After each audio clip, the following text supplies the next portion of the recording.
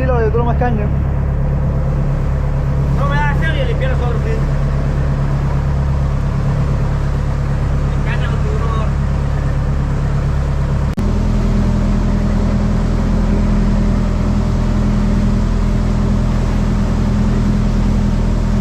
Es mejor tirar leche.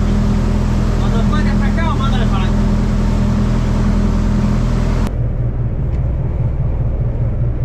Es más cómodo tirar esto.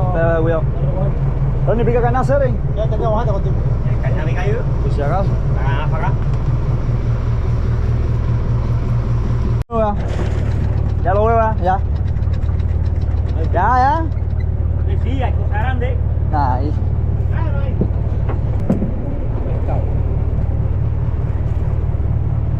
Vamos a meterle menos agua. Ahora el otro lo tenemos un poco más para abajo. ¿Y eso es lo que hace? Eso es como todo, ¿no? Hay que encontrarlo.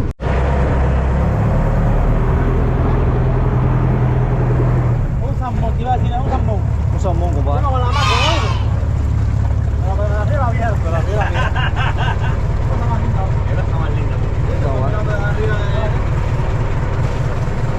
Qué cosa más linda. Como debe estar el palangre ese mar, el pescado. ¿Cómo está el cuadro?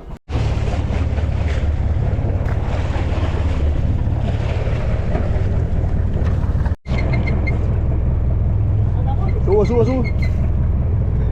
Sube, no se ve todo ahí.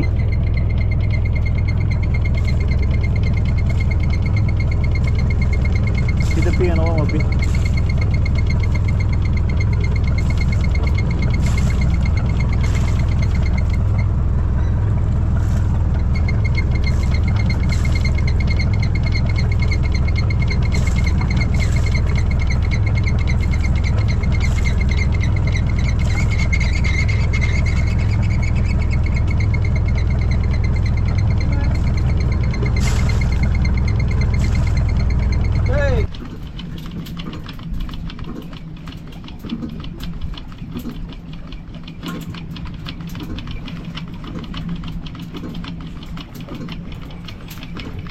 Parece que nos fuimos mucho. Si cogimos pescado, nos fuimos mucha agua al principio. Mucha agua, man. Al principio nos fuimos mucha agua.